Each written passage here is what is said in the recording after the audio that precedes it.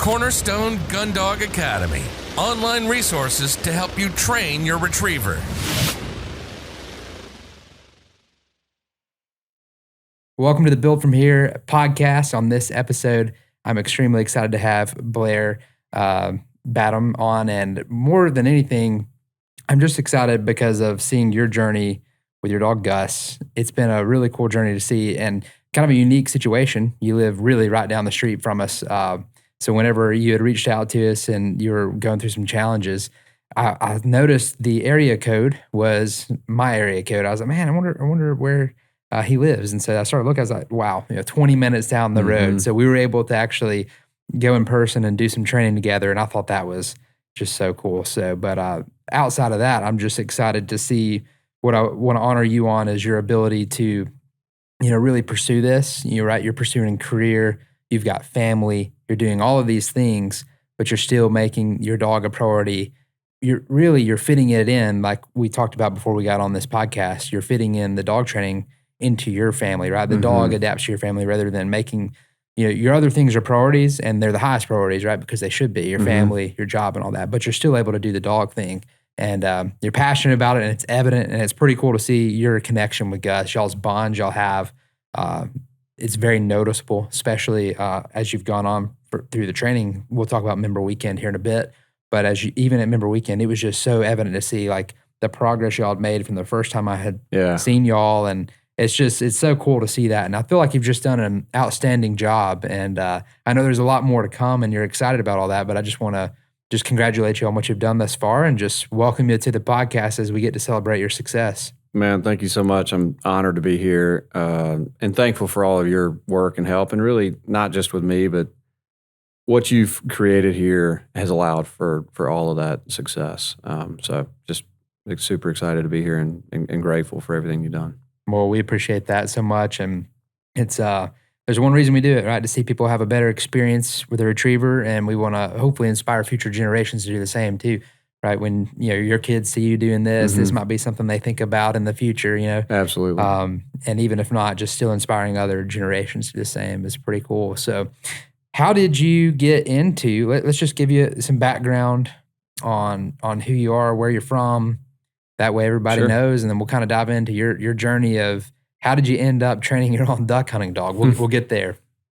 Yeah, sure. No, happy to give the story. I mean, look, I grew up right here in Birmingham, and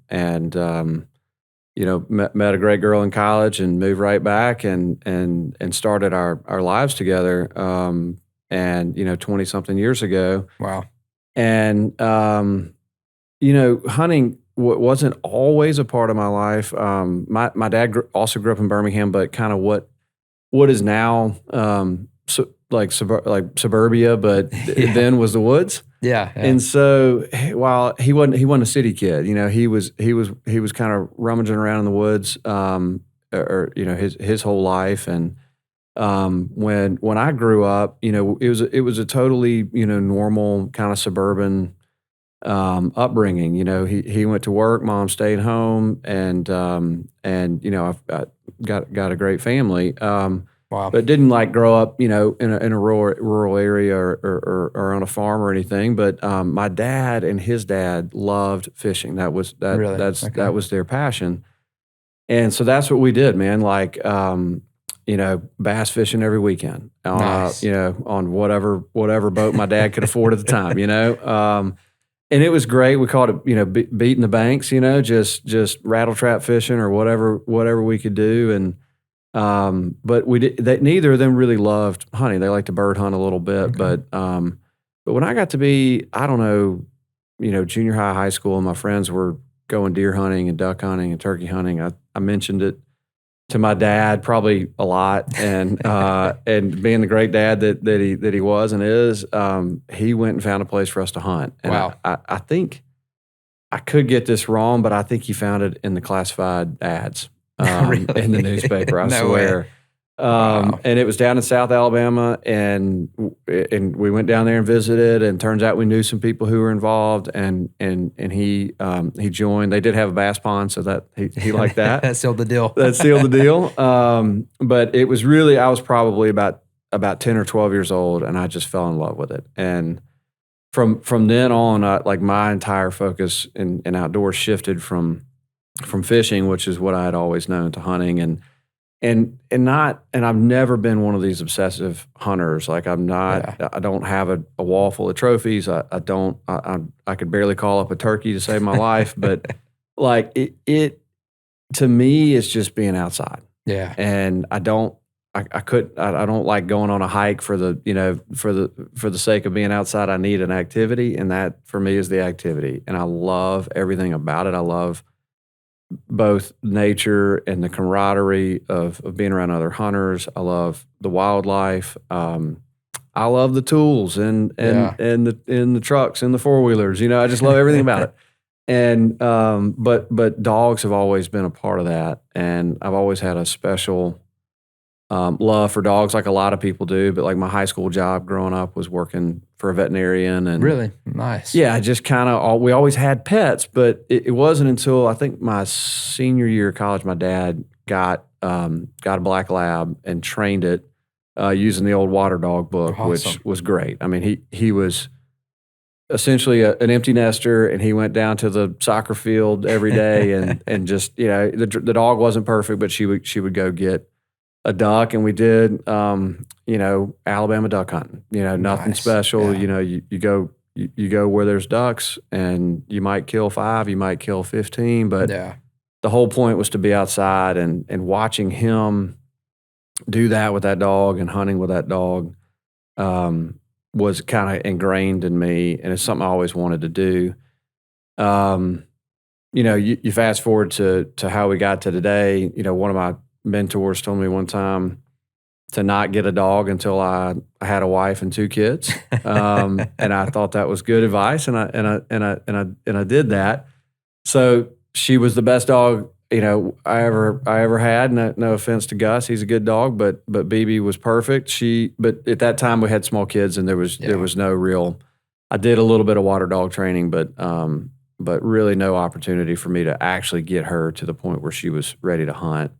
But she was a great pet, and that first dog went to dog heaven a few years ago, and it was time to get the next one. And the kids, we've got 3 kids. They're in high school, middle school, and elementary school. And my wife knows, that being outside and being active is what clears my head, makes me a happy person and a better husband and father. And she encouraged me to find a dog that I could train. Oh, that's good. Yeah. And so that's how we found Gus. He's a 1.5-year-old, I guess British, black lab. And we wanted a male because we had a female, and we didn't want to be always comparing Gus to the perfect dog, and that wouldn't have been fair to him. So we got a male, and buddy, did we ever? The female was quiet and sweet and calm, and Gus is completely wide open, chewing the door frame off the side of the house, kind of guy. But he's a total sweetheart, Yeah. and we love him.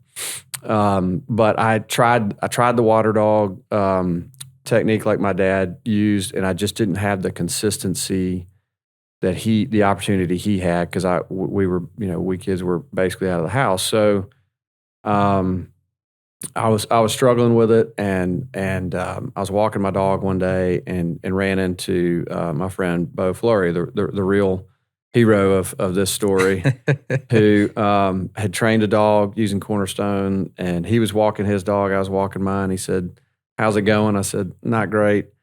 And he turned me on to Cornerstone. Wow. And he was kind of my Sherpa through the onboarding process, and just really understanding like how it would work and how I could fit it into my schedule. And that was a little over a year ago. Wow. Yeah, so y'all just, and Bo, he's local too. Mm-hmm. So y'all just were on a trail and ran into each other just talking dogs. We were actually just on a neighborhood street. We each had a kid and a dog, and I think it was just a kind of cold, dreary day, and we were getting out of the house on a Saturday, both walking our dogs. Yeah. Man, that's crazy how those pivotal moments just alter a course. It really is. So that's how you found yourself with a dog and with Cornerstone. Now kind of rewind it just a little bit. For hunting, obviously the fishing was there. It sounds like your dad got the land for you guys to go hunt. Is that did you go on a hunt with him for the first time, or was it a friend that took you on a hunt for the first time? Or do you remember kind of your first hunt, whether it's a duck hunt or deer hunt, that kind of got you down the trajectory of, hey, there's more than fishing. I want to do these other things too. Yeah, so my dad and I would go dove hunting on like a friend's property a couple times a year. It was, his way to get to just get out of the house. And honestly, now that you ask, I don't remember my first deer hunt. I must have been young. Yeah. I do remember my first good duck hunt. My neighbors had some property in North Alabama, and it was a snowy day. And we, first time I was probably 14 or 15, and we shot ducks, and our dog went and got the ducks. I thought it was the coolest thing ever. Wow. Yeah. But yeah, we joined this club, and it was a club where there were probably 30 members on a big track. Yeah. But there were no ducks. We tried, but there were no ducks. But there were of those 30 members were probably only like 10 that went every weekend, and that's where, through this community of men who kind of came together through, it was really more of a deer club than anything. Yeah. That I just kind of became a sponge and soaked up all this knowledge and information about hunting and the outdoors. And, not to get too philosophical on you, but like, to me, it's all about experiences. And I wanted to learn about those people and their lives. And this property had, like, you could go dig up nautilus shells, like there was so much more to it than hunting an animal for me that kept drawing me back and wanting me to be able to recreate that for my kids. Wow. And have been lucky enough to find a club full of great men who had the same passion, but also are interesting people that come together and we can share our lives together. Wow, yeah, that's pretty cool. I love what you said about experiences. It's all about those experiences, and that I feel like the whole dog training journey is really that. And if you're not careful, you can get the burden of, when you're training your dog, just focus on the end goal. That's right. But honestly, the success and the win is today. It's what you're doing today that matters. It's that, are you making the connection? Are you connecting with your dog today?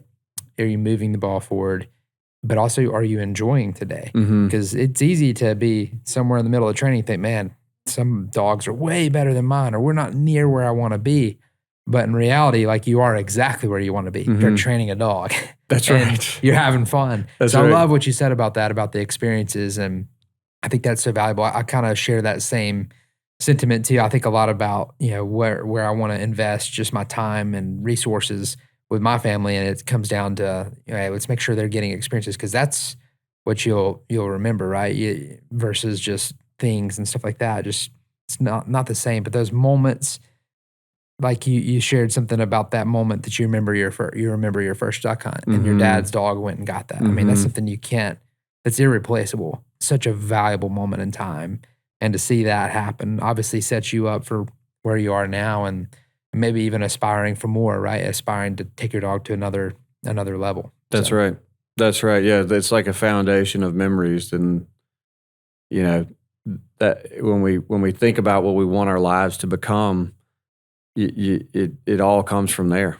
Yeah. And as a dad, I just hope to be able to create a rich enough life for my kids with varied experiences, so that they can choose their path and have and feel confident and supported to go and pursue whatever it is that interests them. That's awesome.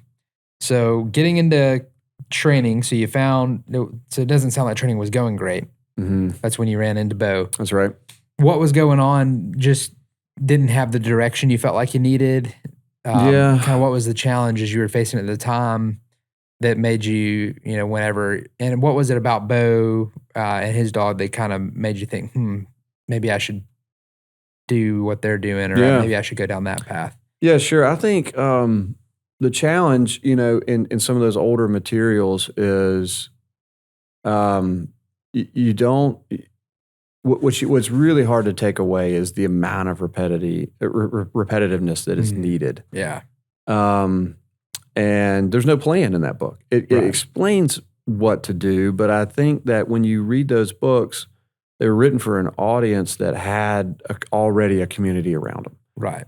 And, I think about like my grandfather's generation, like all of his friends hunted and they all, they all fished and they had this shared knowledge. There was no internet, so they all met regularly and talked about it. And yeah, sure, the pool of information that they were pulling from was pretty small. Right. But they were all very, very well versed in that information, and they shared the wins and losses together. And so, as just a standalone person, I had that book and a handful of other books that I was trying to kind of patch together. And the end goal was not like a dog that could go win a field trial. It was a dog that could literally just go get the duck for me. Right. And I could have that fun experience and eat a duck, right? Yeah. And so I think we were struggling just to move past like the beginning stages, the sit and heel and come, and anything related with a dummy. And so when I ran into Bo and he asked me if I'd heard of this, and I had not, and he had his, I've got this 6-month-old puppy that can do nothing, and he's got this 2-year-old dog. And of course I asked, like, well, how's it going? Like he said, man, we just wrapped up a great season. Here's how many good retrieves he had. He had this success story just laid out in front of me. Wow. And so when I thought about, what does success look like? I just had this, human and dog form of it just walk into my life. It was amazing. Pretty unique. That's amazing. And then, so of course I went and looked it up, and I went back, last night and read, my text thread with Bo, and I was asking him, how does it, when do you do it? Because he's saying he's a busy guy, he's got kids, and his answers were dead on. It's like, you can work it into your schedule. You can take time off. You can come back to it. He also told me the places near our house. Our house is where he trains, which was helped me visualize what it might look like to undertake. And wow. And of course, again, supportive wife kind of was there through the whole thing, and she's like, yeah, this is a no-brainer. That's cool. Yeah. That's cool. It's good to have that support. It's amazing. And now you got a better dog because of it. That's right. Which I'm sure she's even more happy about. She is. She is. Wow. So when you decided to pull the trigger, what was it like stepping into that? Right? Because obviously there's some apprehension even if it sounds like a good thing. Even with Bo, it's like, okay, what about for me and my family? At least that's probably what I would be asking. But obviously you believe it was the right choice. How was it stepping into that? How did you navigate maybe the apprehension, or maybe I wouldn't, even if it's not that, maybe just uncertainty of the journey you were embarking on? Sure. No, I think there was some uncertainty, mainly because Gus was 6 or 7 months old at the time, and I felt like I was like the question in my mind was, am I starting over? And a lot of the onboarding content in Cornerstone's about, when you get your dog home and what to do with the dog, which all would have been great information, Right. And I was kind of watching these videos going, is this the right call? Because I've already done this stuff or I've missed this stuff. But very quickly, you get through the first few videos and you realize, okay, there's some things here already, even though he's 6 months old and he knows, the basic commands. Right. Is there a way that, I could start building some of this methodology into what we're doing? And it was, a week later, and I'm using your methods versus the old methods to, bring the dummy back to me, or whatever it was. So the apprehension was very short-lived, but also being a busy person, but really just my nature, I need a plan. Yeah. And especially on things that I don't know much about, or haven't done before. It's just like, give me the play, coach, and I'll go execute it, right? And I just needed the playbook. And so whatever apprehension I had, going in, a few weeks in, or maybe just a weekend, once I understood what the method was and had the playbook, it disappeared. That's awesome. Yeah, how did that feel walking in with the actual step by step? Hey, this is what you do day 1, day 2, day 3, day 4, and then start the next week. How was that for you? I guess come into contrast. Did it change how you trained? Obviously, it changed how you trained, but did it change like your schedule, or was your setup different? Were you starting to do a little bit of study time now, and then less trying to process how you're actually going to implement what you're learning, or maybe I don't know, just from what first comes to mind as you hear those thoughts? No, I think honestly, having that playbook and understanding just how small the improvements are day to day, Yes. often unnoticeable, right? It's kind of like we have this saying that we use at work where like growth comes in steps. There's never a line, right? You go flat and then you grow like this. Interesting. And that knowing that, I needed to go back again tomorrow and the next day, even though I saw no improvement today, or maybe it was a bad day, maybe he was just totally uninterested. Knowing that, there was progress right around the corner, that motivated me to train a lot more. I think I probably increased training by 50, maybe 80%. Wow. On a regular basis once I dove into the content. I think it also made it way more fun.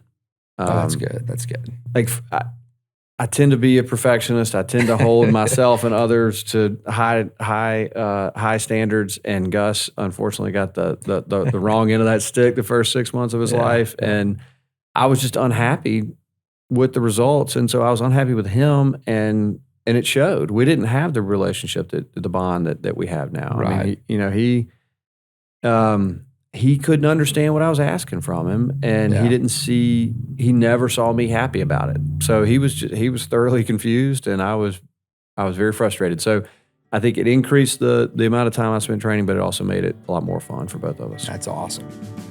Build From Here is brought to you by Retriever Training Supply. Build unforgettable moments with your retriever and equip yourself with the tools to create a lifetime of joy and discovery with your dog. Retriever Training Supply offers the tools you need to train your retriever with confidence. To shop now, visit retrievertrainingsupply.com so that you can strengthen your bond, inspire new adventures, and train with confidence, knowing you have the right tools for your retriever. When, as you're embarking on this journey, a lot of people, they face the fear of failure or not. And I would say the right term for failure would be, it's not just failure as the person, but failure of the dog, right? Am I going to let my dog down? Yeah, for sure. Is that something that kind of went away fairly quick as you went in, or is that something you even faced, or was it another?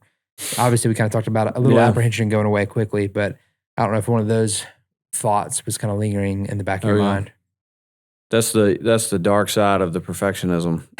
Is you can picture failure pretty easily when you're wired that way, and no, it was there. I mean, I think it went away. If you just think about sort of the last year of training, which is I think about how far, well, year and a quarter or so, and we are the summer months, spring and summer months have tended to go quickly and go well because my schedule is freer from a work perspective, and the winter has dragged. Yeah, and so going in the spring was great. We had a ton of motivation, or excuse me, a ton of progress early on, and the work travel slowed down, the kid sports stuff slowed down in the summer, and we absolutely got after it. So yes, there was that thought of failure, but then it went away pretty quickly. But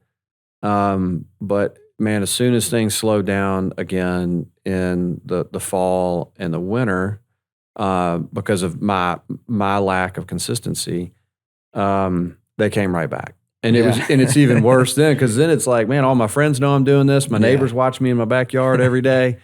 And I'm going to be this, this fool who thought he could take on one more thing and failed at it. And so, no, it was there, and constant battle. Constant battle. But which makes the progress all the more rewarding. Yeah. No, that's pretty neat. Early on, what's been one of your most fun moments? Kind of let's incorporate the family too, like Sure. aspect, because obviously what we're talking about here is a family dog that can hunt. That's right. How was that? Or before we even go there, let's dive into the family dynamic. What does it look like in your home? How do you incorporate Gus into the home? Sure. What is y'all's family dynamic? Because everybody's different. There's no right way to do it. It's just, does he chill on the couch? Does he have his own place? Does he stay in a crate and then go on walks? What does your guys' day-to-day look like with Gus? Sure. So it can be very different every day. He's got a little side yard that's a perfect dog run area. Our house, I would say, while we're busy, we got lots of people coming and going. Our setup, the house itself, is not a great dog house. It's an old house, a bunch of small rooms. So for a puppy, you can't really keep eyeballs on him. Yeah. And he loves to sneak up the back stairs and go find something to chew on or something like that. And so it's relatively controlled in the house. We've got a kennel right in the dining room, right next to the kitchen. I try to. One of the things I'm focused on right now is him spending more time in the house with us, not in the kennel. But that's been a very slow process. Yeah. So I would say he sleeps in there in the mornings. He and I go get the newspaper every morning. That's nice part of our morning routine, and then he sits with me while I eat breakfast, and then pretty much when the house wakes up and kids are going around running around like crazy is when he goes outside. Yeah. And that could be until I train him in the afternoon, but it could be for until he eats dinner that night and goes to bed. Right. And especially when I'm traveling for work, that could be 5 days in a row where he gets almost no attention. Yeah. But so he's sitting, he's hanging out outside. There's lots to look at, but all training and family life kind of pauses while I'm on the road. That's good. That I love what you're talking about there, because and it is different for everybody. I like what you're talking about, the control aspect, right? Mm-hmm. You don't want to give your dog too much freedom. Mm-hmm. Too much freedom is 100% a bad thing, especially with a Labrador retriever, golden retriever. Doesn't matter. They will destroy.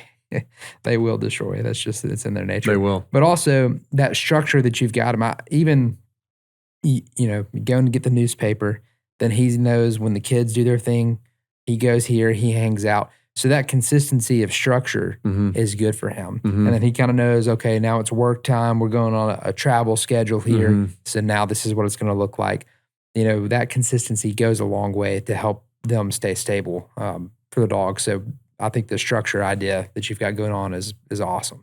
Yeah, like last night was a great night on that front. We grilled out, and I just made him follow me to the kitchen and to the grill and back and forth, so he didn't slip away, and he did pretty good. But yeah, that's something we've been focused on a lot lately. But the old dog, I said she was perfect, man. She never chewed up a shoe. She never. Wow. I know, it's amazing.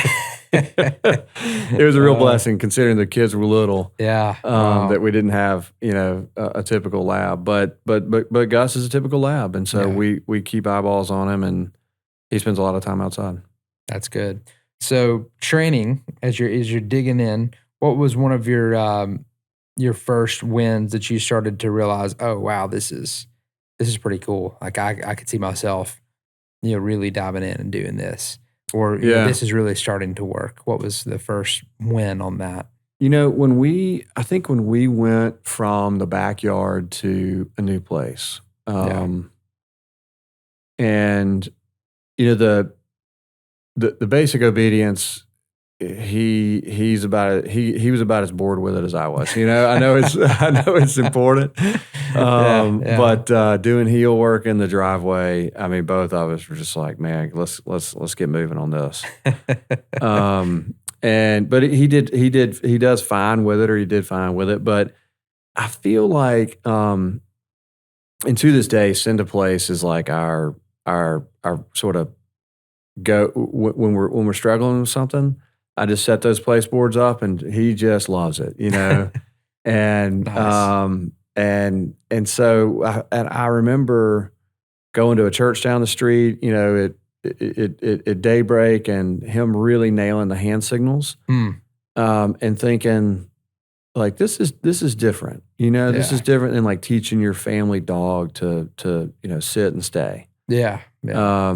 And he really gets it. And I'm feeding him little hot dogs, but like he would do it without that right now. Yeah. And so that for me, and then you kind of expand that out to extended place and on the hunting stand and doing things that look and feel like hunting was I think the first real kind of aha moment. Like, I think this is going to work. And Wow. we really, really started having a lot of fun with it. Man, that's one of my favorite parts of the training is that. And especially, you're not, I don't think you're quite there yet, but you'll get there in some of the later weeks. So what you did in those early weeks of the hand signals, when you get to the later weeks, we reintroduce hand signals for real, like on retrieves. Mm-hmm. And it typically is immediate. Is that right? Like, there's no delay. They get it, and like all of a sudden they're doing hand signals with retrieves, and it's like, wow. All that work, it really does show all the foundation you do, really does make the house come together instantly.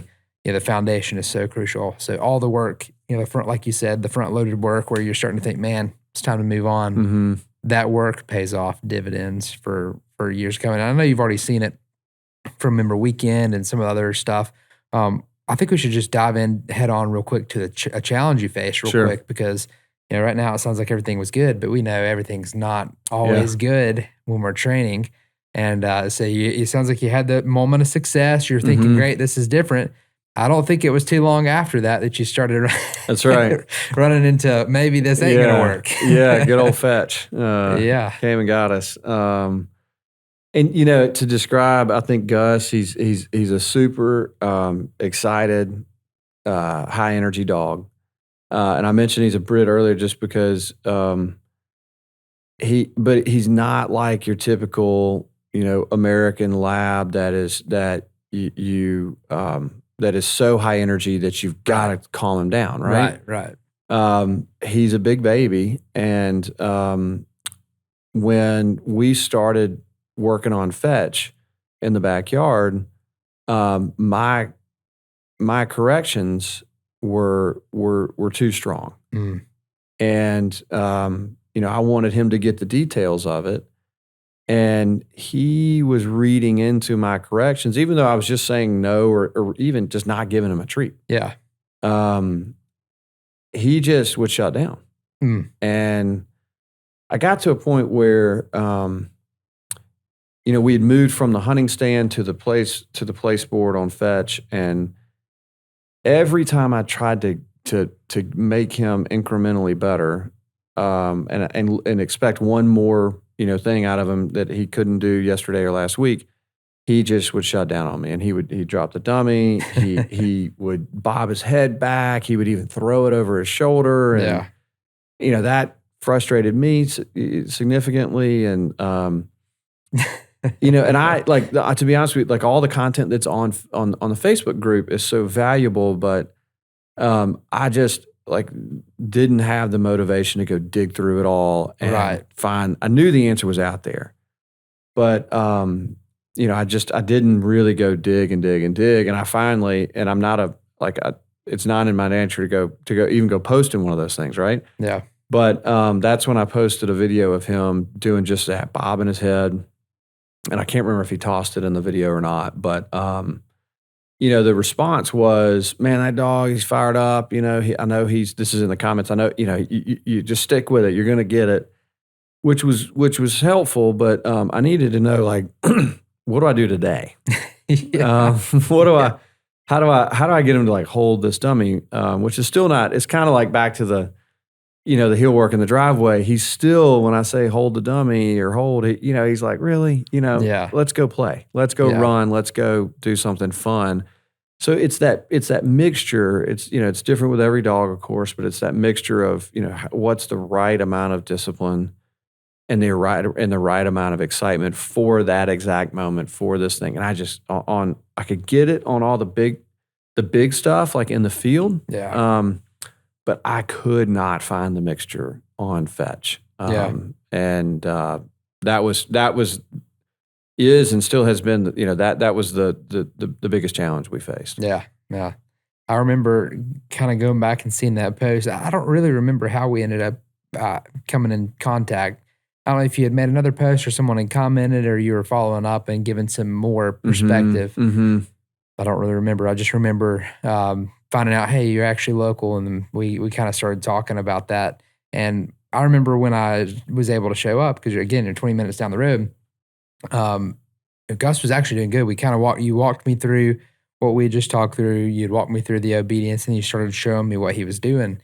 And sometimes you get yourself dug in a hole, and this is anybody. You dig a little bit of a hole, and then sometimes you panic and you start digging the hole deeper. That's right, for sure. So I feel like that's what had happened when I got there, and it became there's this concept, at least this mental block. Okay, if you start to run into the challenge, this is why I see a lot of people start to think, man, it becomes worse and worse and worse in your mind than it really is. And when I started looking at you and Gus, we just started trying some stuff, watching what you guys were doing. And overall, Gus was responsive. He was obedient. He was engaged with you, which is all good signs. If he would have been not looking at you, not giving you eye contact or any of that, that's where you start to say, okay, those are challenges. But what I noticed with Gus is he was excited about it. He just seemed like he was basically, what he found is that it was fun. If he grabbed the bumper, he could throw it up and then drop it down. Yeah. And then we started talking about being more dynamic, if I remember correctly. And again, I'm just doing this off the top of my head, so I'm just trying to rewind in my mind. But what I remember is, he was throwing it up, and what we started talking about was adding movement, getting a little more dynamic. And that first session, we saw a little bit of improvement, I felt like. So we kind of went through a couple of sessions, and then Gus started improving, I believe, if I remember correctly. He definitely started to improve. He started making progress. And then there was kind of a gap or a period in there, if I'm not mistaken. And then maybe you could help fill in some of the gaps. Are we on the right track? Is it? Yeah, no, you're on the right track. This was we'd been at Fetch for a few weeks, or Fetch Hold Release, and I remember your takeaway or your directive that day, which was such a relief to me. You said it with a big smile on your face. I remember the moment. You said, "Man, this dog just needs some wins. This dog needs some momentum." And because you could see where, when he wasn't perfect, I was trying to get him. I was trying to clean up the details, and his reaction to that was to shut down. So he went from this happy dog who's super engaged to like, all right, Dad's not happy with me. That's right. I'm going to stop doing what makes him unhappy. And so the example that rings in my head was, he would, when I'd hold the dummy and he's on the placeboard, he would jump up for it. Yeah. And if you offered that, it's a little bit unfortunate that Violet in the videos, she just nailed this part so perfectly, right? And so I'm watching Violet and I'm like, man, she's so calm, like she doesn't move, and that's what we need. And when I tried to correct Gus, make him sit or whatever, he just interpreted it incorrectly. And your encouragement was like, all right, if that's how he wants to fetch right now, that's fine. We can work on that as a part of this whole process. Don't try to stop that, because that's in his nature. Make that a part of the whole process. And so we did, and that went fine. And then honestly, it was the hold. It was when I came back to you a month or so later, he just would not hold that dummy. That's right. Yeah, you got the fetch started going good, but then we're dropping. Yeah, then we're dropping. And again, wave after wave. Yeah, it just felt exactly. Like you've made one progress and then boom, right back in the hole again. Yeah. And I would try to I would throw it in the lane that I'd built in the backyard or whatever. And after I had made him do, a fair amount of reps on fetch, hold, release, if I would throw it, it was a cigar hold every time. Right. And whereas when he was excited about it, he would come in and grab the middle of the dummy. And I'd also, I think I'd started on too big of a dummy. Yes. And I didn't have a lot of creativity around it. And you encouraged me I took a smaller dummy. I put towels on the end of it and wrapped them in duct tape. I called it the dumbbell dummy, so he knew where to grab. I would only, reward him for grabbing right in the middle. And so those, your encouragement to be a little bit more creative in that process was helpful. And then again, what you saw in both those times that we spent together was you saw improvement in him that I wasn't seeing. Yeah, you were very close to it. Obviously, you were doing it every day. Yeah. And I came back later. Yeah. Yeah, and that second time you were like, man, this dog's got it. Like, you're just right around the corner. And you gave me basically truncated versions of what's in the what's in the manual. You just said, just take, or in the content, you said, just take this and do this for the next 4 days. And it wasn't anything different than what's in the videos. It was just we needed to focus on a piece of it for longer. And that, again, gave us the playbook, gave us the momentum. And he's still not, perfect on it. But it helped us get to a point where we could advance out of it, get into the field, start doing some lining memories and things that are more fun. And you even said, man, you send that dog this excited out to go get it, he's going to grab the middle of it. Yeah, 100%. And he did. If he were sitting right here and we did fetch work, it probably wouldn't be perfect. But if you send him to go get one, he'd probably grab the middle of it. Yeah. I like what we were talking about earlier. Just kind of, like an artist. You're the artist. Your dog is the canvas. Every detail of the canvas because you're so close to it, right? Mm-hmm. You're there with it every single day. You're constantly chiseling away at that sculpture and you can see every imperfection. Mm-hmm. But from the outside in, we don't see those imperfections as much, right? Especially if you're not, if your friends see your dog, you see your dog. The reason we are so precise in training our dogs, and this counts for me too. I see the same on my own dogs. Mm-hmm. I can easily see their imperfections because I'm so close to it. But it helps to sometimes get some outside perspective because sometimes you're doing better than we think we are because sometimes we focus so much on the imperfection, we're failing to see the beauty of the whole thing. And same with our dogs. The last time you'd come out, it was kind of one of those things I think with your dog, he was doing good and we were trying to put all the pieces together. And when we worked in the driveway there, you ended up coming to my house that time. We worked with him for 5 minutes. I said, hey man, this dog's good. He's good. He's ready to move on. And then you just started doing it. What it was is you were aiming for that, any imperfection you were trying to get perfect. But that progress over perfection, Sam, we have is, it's a hard balance, right? Because I think sometimes we're afraid, and myself included, analysis paralysis. I was talking to somebody yesterday about this on the phone. Sometimes we're afraid to take the next step because we're afraid we're going to miss something and it's going to be detrimental. Or it's going to, like we said, not do justice. The dog deserves, it's got the capability, it deserves to be here. But if we take that next step, what if I miss something? But the beauty of it is you can always take a next step. And if you did miss something, you can always clean it up later. But the art of it is there. And that's a hard thing to be the artist, right? Because we're so critical of our own art. But in the end, when you look at it, it's man, that's actually pretty cool what they're able to do. You're right. And as a person that is so involved in it, you not only can you see those imperfections, we internalize those as weaknesses of our own, That's right. That's right. And to be, and you say it in the videos, but to be in surrounded by a community of people who highlight their imperfections in the process, I think is very important. It's hard to pull from the the Facebook group, the member weekend was really great for a lot of reasons, but that too.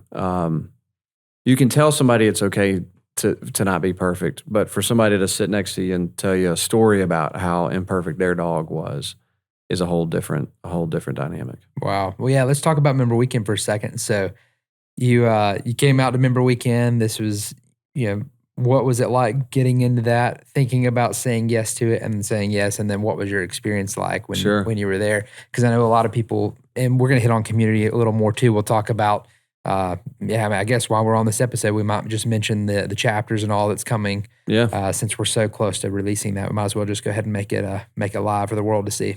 Absolutely. Yeah.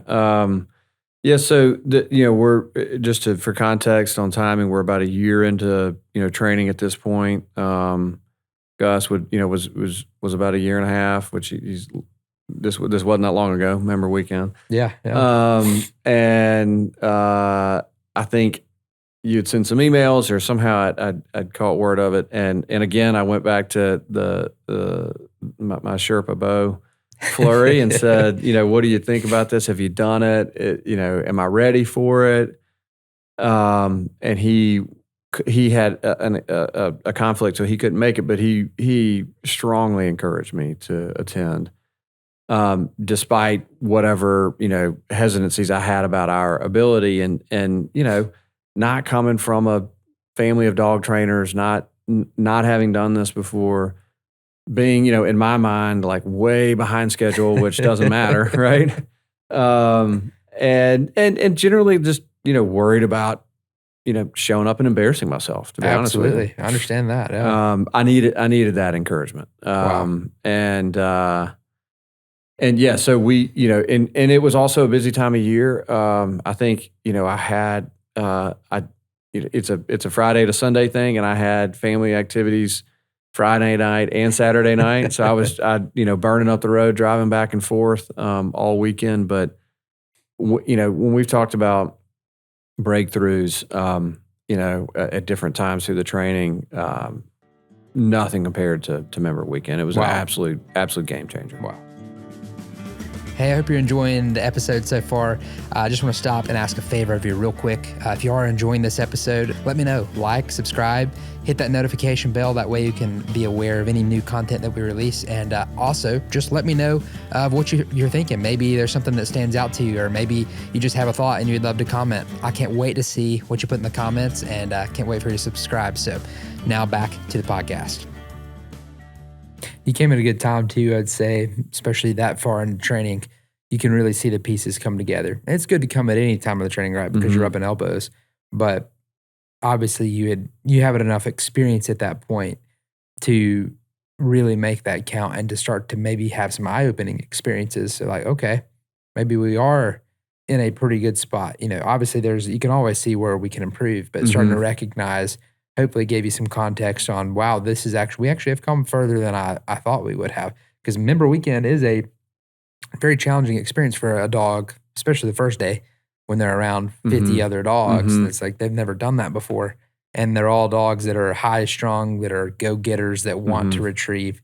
So being in that tense environment, and as a trainer, you said it right, we're all nervous, maybe a bit apprehensive, afraid that our dog, I've heard this before, that the experience coming into it, you think everybody's going to have a tier 1 dog and they're all going to be the best trained and just so much better. But in reality, like I said, we're all critical of our own art. But as you realize, wow, okay, my dog is further than it is. But also you get those experiences when you're there. And it was pretty cool from my perspective, just seeing you and Gus out there. It looks like y'all had a pretty good time, and Gus made some good headway. He really did. I mean, just for context, I guess for people that haven't done it, there's different stations that simulate different hunting environments, all of which would be it'd be hard to recreate on your own. You would need a group of people to recreate this, and the perfect property to do it. So it was the combination of those things plus the other folks there. Who a lot of folks had traveled from a long way away, and I'm lucky to be just right down the road. But Yeah, I mean that experience. Not only did he learn a lot, and did I was able to talk to other people and stuff, but the real game changer for me was watching him perform imperfectly, but way above Blair and Gus and a couple of dummies in a field. To watch him and we had just while I introduced him to gunfire long before this, it hadn't been associated with a retrieve yet. Yeah. And so things like watching him, associate those two things and get excited about it. Yeah. And our challenge, I mean, really the only challenge we had that entire weekend was he was too excited, to watch another dog. He'd never seen another dog retrieve before. Wow. And what a big weekend for him. It was a big weekend. And so it's funny, the first exercise we did or the first training we did was over by the lake, and he's watching other dogs go. And he's sitting at heel and he's kind of watching. He's cool, and he eventually just laid down and chilled out, and which is not typical for him. I was like, okay, and then he went, and not only did he get it, he connected the gunfire to the dummy. He jumped in the lake. He brought it back. That was great. But then for the rest of the weekend, now he's tuned in to what he gets to do and what he and what exciting thing was to come, that for the rest of the weekend he was so amped up that he was whining and even barking. I've never heard this dog bark. Wow. Before that weekend. And I was having to kind of heal him away from the excitement just so other people could train. And it wasn't a bad thing to have a dog that's excited, for that. But it was like when you talk about a light bulb moment, he went from laying down, kind of bored, looking around to jumping out of his skin every time another dog was going to get the chance to retrieve. Wow. And for me, it was not just we Gus and I advanced. If you think about your 52 weeks, I feel like we advanced 6 weeks that weekend. Not so much in skills learned, but just confidence gained, and that's important. It was very important. But I could see that all of the instincts needed were in this dog before I got there. Wow. And I mean, he just took to it so easily that it was obvious that we're gonna make it. Yeah. This dog's gonna be able to hunt. Wow. And it wasn't so obvious to me before that. That's pivotal right there. I mean, that's huge. It was huge, man. And then all of the different stations were great, but especially the one where we're walking in a line and the dummy is shot from the dummy launcher, to watch, your dog that you've been, session after session, day after day for a year in your backyard or at a park with, go and do the thing. Yeah. That you have envisioned him doing the entire time. Man, I'd slept so well that night. It was wow. It was a game changer for both of us. Man, that is so cool. Especially seeing the dream come to fruition, and like you said, seeing that hope, that light at the end of the tunnel. Wow, all the work you've done actually wasn't in vain. It has paid off. And we've hit on a couple of themes here that we'll kind of tie in together, and then we'll kind of talk a little bit about community, since that's what we're chatting about here. Some of the themes are sometimes you're so close to it, you can't really see the progress. So then if you're not careful, you'll start to feel discouraged. You're like, man, maybe this isn't working like it needs to. And then if you dig a hole, then you start getting frustrated. Then it starts to compound and spiral. And as you kind of get out of that spiral by refocusing and focusing on the things that matter, which is just making small wins and progress. That's what we talk about, just getting a win. Then you start to see that progress. I'd say one of the greatest things anyone could ever do is just document their journey as far as notes go, and specifically document the wins. And when you start seeing, my dog started from here and here's where I'm at now, that right there alone will help you recognize, wow, my dog is actually, making that big progress. But those are some of the themes that I feel like that we're seeing. But then the realization of, like you said at Member Weekend, all this work, even though you couldn't really see that what you're doing, it was working, but it didn't feel like it was working like you wanted it to. And then to see it all come together on a big moment like that helps you realize, wow, the journey that I walked did pay off. It did work. Like the stuff I've actually done counted. The work I've done actually counts. Like a dog is getting it. That's that's huge to see. And I hope that people that are listening to this start to recognize that maybe as they see those tendencies of where they're at, maybe that'll encourage them to realize, oh, maybe even though I can't see it right now, I can listen to what these guys are saying here, and like this will pay off. All I got to do is just keep being consistent, put in the work, and then the outcome will come in due time. At the right moment, you'll see it come to fruition.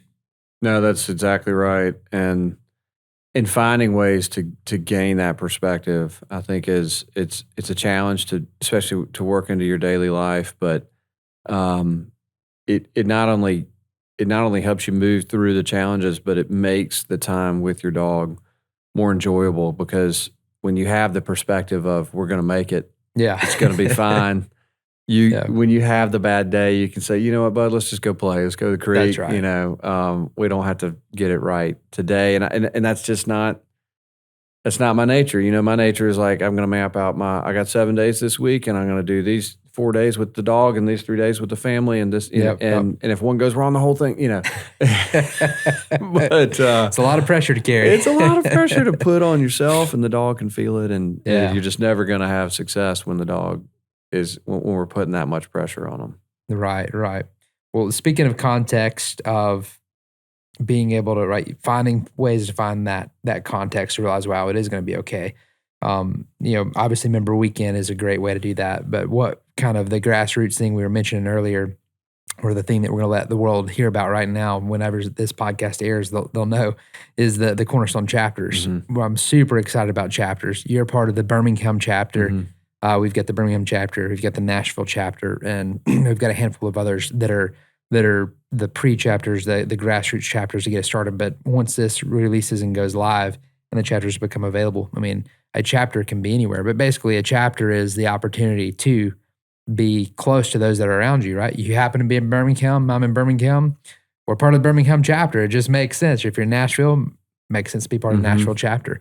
But being able to simulate kind of what we do there at Member Weekend on a smaller scale and with your really close friends. Bo, we need to talk to Bo, get him involved here with this as well, especially for the first chapter event.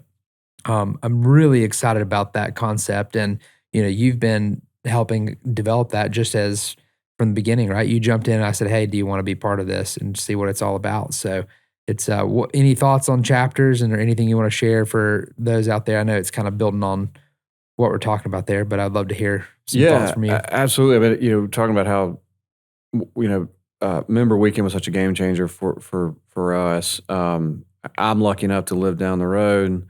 There were a handful of people, actually more than that, a lot of people that drove, 12 hours plus to be here. Yeah.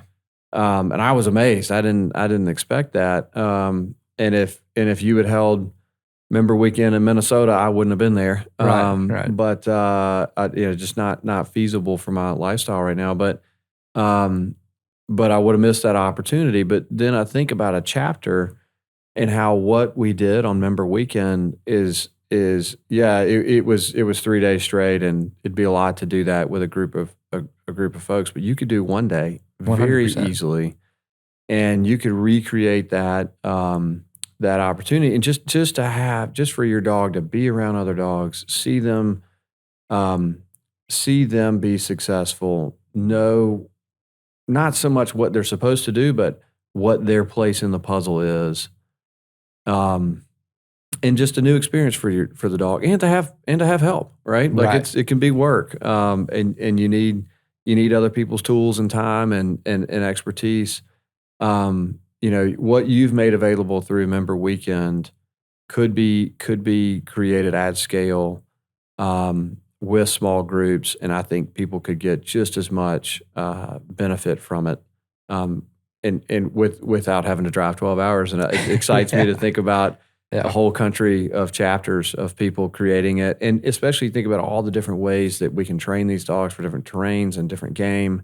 Yeah. So, your Minnesota chapter is going to have a different focus than your Florida chapter, and they're going to train differently. And that's even better. That's pretty cool. I'm excited about the rubbing elbows aspect.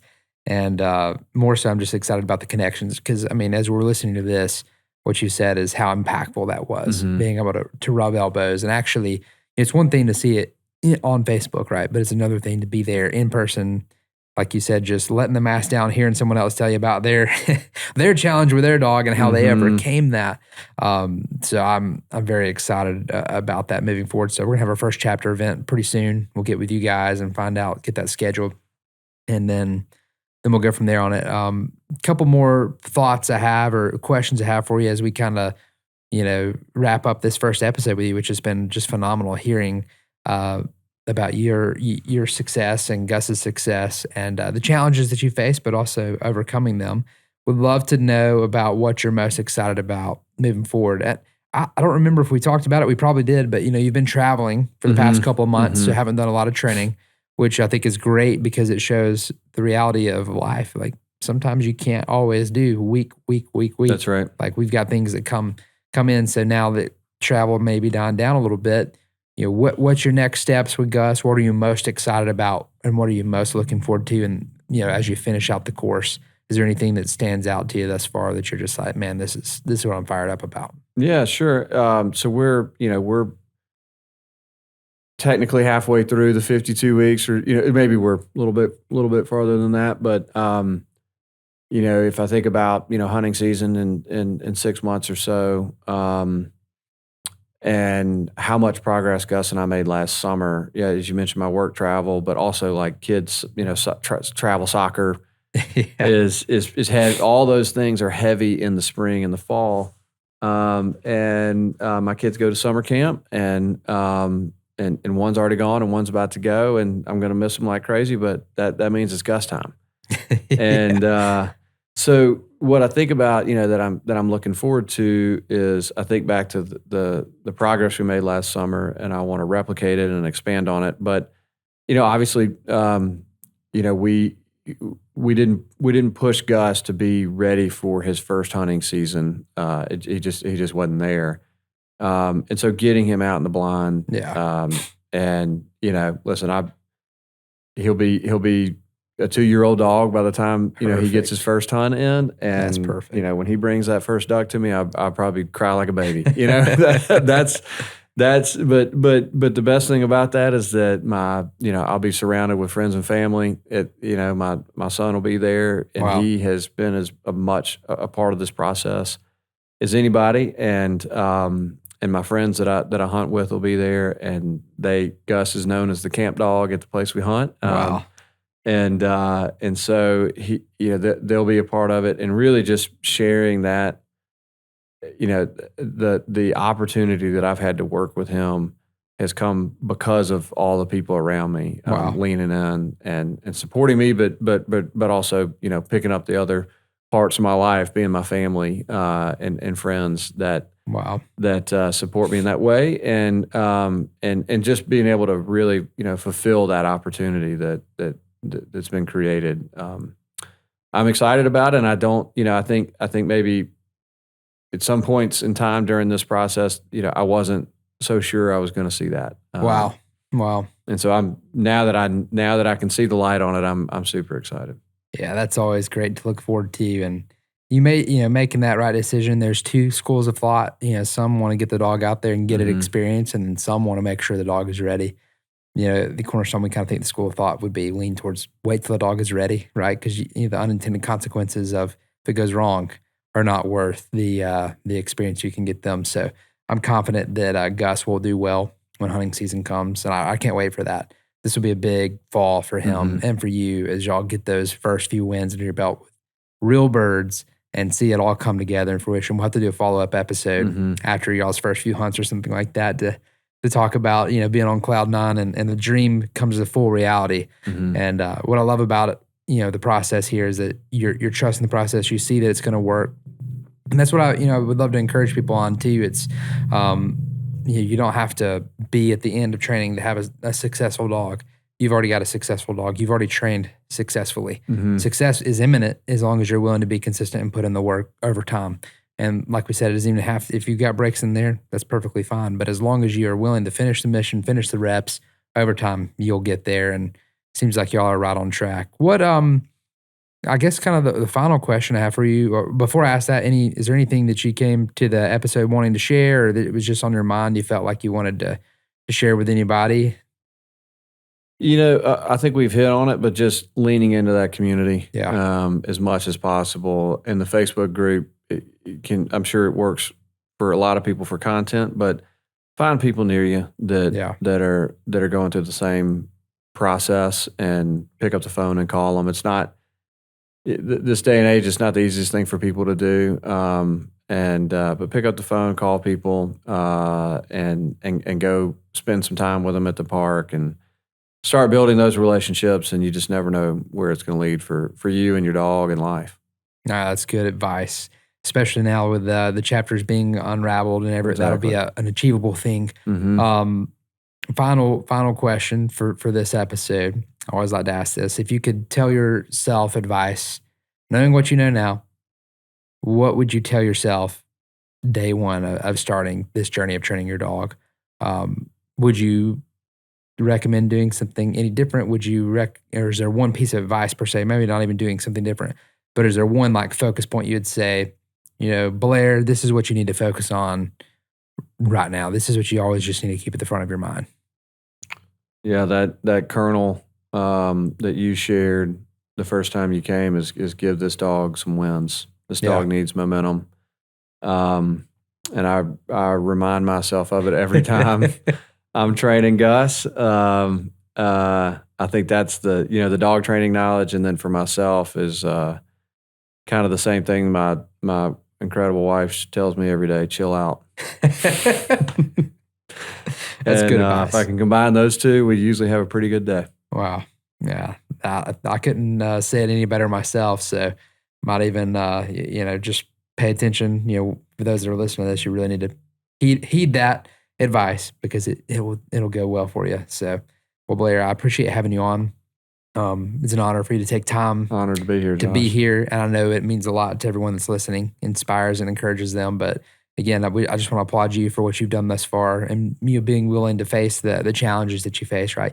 Dog training is a journey that is more than achievable for anyone, but it's not going to come without a cost. It's not going to come without some resistance. And as long as you're willing to meet that resistance, like I said, success is inevitable if you're willing to do what you're doing. And so I want to applaud you for that. And thank you. Thank you for being the best part of CGA and just giving it all you got. Thank you, Josh. It truly is a gift to be a part of this that you've created and given to us, and honored to be here and be a part of it. Thank you. Thanks for listening to the Build From Here podcast. To learn more about retriever training or our podcast, visit cornerstonegundogacademy.com/podcast.